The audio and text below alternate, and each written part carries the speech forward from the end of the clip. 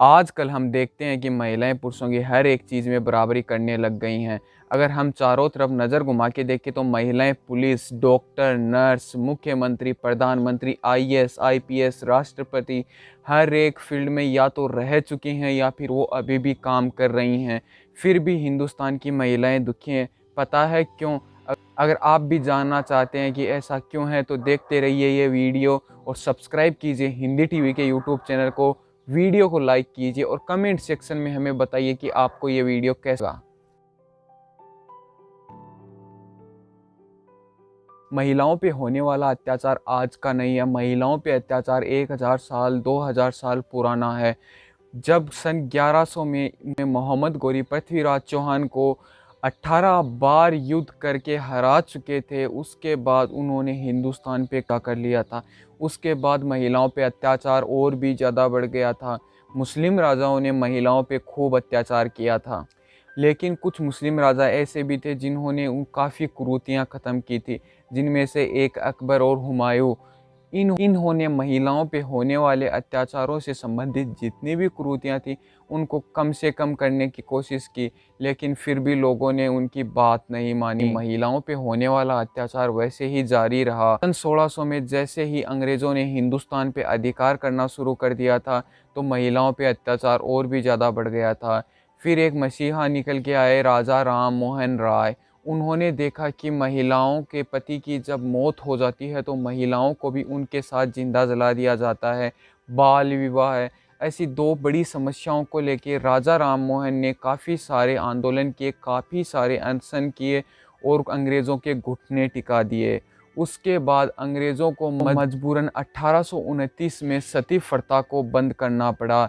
एक bill pass हुआ बंगाल से जिसमें सती प्रथा को बंद करने का आदेश मिला। फिर 1929 में अंग्रेज़ एक और कानून लेके आए, लेकिन उस कानून में कुछ खामियां होने के कारण सन 2006 में केंद्र सरकार द्वारा उस कानून को निरस्त करके एक नया बाल विवाह कानून बनाया गया, जो ज़्यादा पुख्ता और ज़्यादा सेफ था। उसमें कम उम्र में होने वाली लड़कियों की शादी पर ज़्यादा से ज़्यादा रोक लगी और वो कानून और भी ज़्यादा मुश्किल हो गया। और अभी अगर हम देखें तो एक तरीके से बाल विवाह बिल्कुल ही ख़त्म हो गया है। 15 अगस्त 1947 के बाद हमारा देश आज़ाद हुआ। उसके बाद महिलाएं काफ़ी शिक्षित हुई और काफ़ी पढ़ाई की, लेकिन फिर भी उन पे होने वाला अत्याचार नहीं रुका। महिलाओं पे होने वाला अत्याचार वैसे ही बढ़ता गया और वैसे ही होता गया। वो अत्याचार एक रूप से दहेज प्रथा, घरेलू हिंसा, रेप के रूप में चल चुका था। सरकार द्वारा ढेर सारे कानून बनाने के बाद भी रेप, घरेलू हिंसा, अत्याचार, दहेज प्रथा ये अभी भी ख़त्म नहीं हुआ है। अगर हम बात करें सन 2019 की तो टोटल 35,000 केस रेप के दर्ज हुए थे। अगर उसमें हम अनुमान लगाएं तो 88 महिलाओं का रेप एक दिन में होता है। इस हिसाब से आप देख सकते हैं कि कितना ज़्यादा रेप रेट है हमारे इंडिया के अंदर। 88 महिलाओं, मतलब एक बात हमें सोच के ही कितनी घिन आती है कि 88 महिलाओं का रेप एक दिन में होता है, जिसमें 11% दलित महिलाएं हैं जो कि अनपढ़ हैं अभी भी। और अगर हम रेप केस में बात करें तो सबसे आगे कोई राज्य है तो वो है उत्तर प्रदेश। उत्तर प्रदेश में सबसे ज़्यादा रेप केस दर्ज किए जाते हैं। अगर महिलाओं पे अत्याचार होने वालों में सबसे ज़्यादा किस चीज़ पे केस दर्ज किए जाते हैं पता है आपको? वो है दहेज प्रथा। दहेज प्रथा एक ऐसी चीज़ है जिसके कारण काफ़ी सारी महिलाओं ने आत्महत्या की है। अगर हम अंतिम 3 साल, लास्ट 3 साल का देखें तो 35,000 महिलाओं ने आत्महत्या की है, क्योंकि उनको प्रताड़न किया गया था। दहेज प्रथा के लिए उनको बोला गया था कि आप अगर दहेज नहीं देंगे तो हम आपको ससुराल से निकाल देंगे। इसी कारण काफ़ी महिलाओं ने एंजाइटी, डिप्रेशन में आके सुसाइड किया है। दहेज प्रथा के मामले दिन प्रतिदिन बढ़ते ही जा रहे हैं। ऐसा नहीं है कि दहेज प्रथा अभी भी रुक गई है। दहेज प्रथा पे 1961 में केंद्र सरकार ने एक बिल भी पास किया, लेकिन वो अभी भी रुकने का नाम ही नहीं ले रही है। दहेज प्रथा पे होने वाले अत्याचारों की अगर आप सूची, अगर लिस्ट बना के देखो तो वो अत्याचार वैसे ही बढ़ते जा रहे हैं। अगर हम पॉजिटिव साइड की बात करें तो महिलाओं की शिक्षा, महिला शिक्षा के प्रति बहुत जागरूक हो चुकी हैं और वो शिक्षा के लिए बिल्कुल तैयार हैं। और वो शिक्षा ले भी रही हैं। दिन प्रतिदिन अगर हम देखें तो शिक्षा में महिलाओं का योगदान ज़्यादा से ज़्यादा बढ़ता जा रहा है, बल्कि मैं बोलूँ तो पुरुषों से ज़्यादा अगर अंक देखें तो सबसे ज़्यादा महिलाएं ही लाती हैं।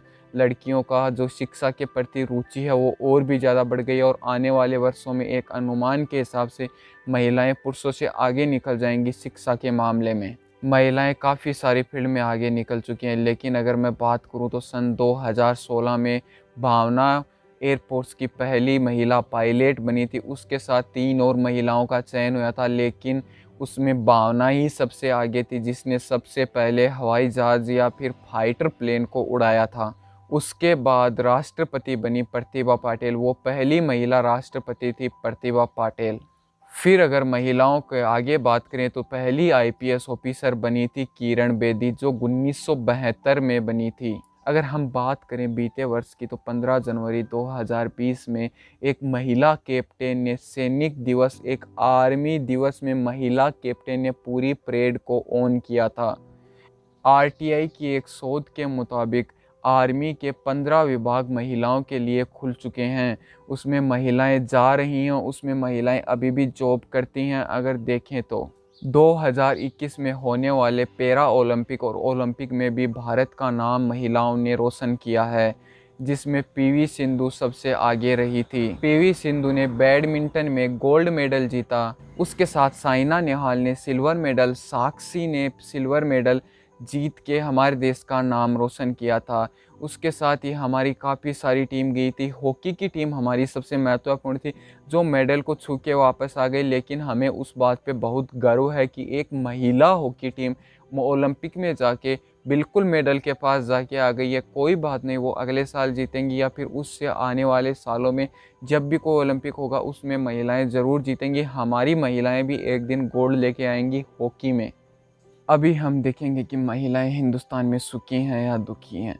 अगर हम देखें तो सिक्के के 2 पहलू होते हैं। अगर हम माने कि एक पहलू सुख है, एक पहलू दुख है, तो आप कौन से नज़र से देखते हैं उस पे ज़्यादा निर्भर करता है।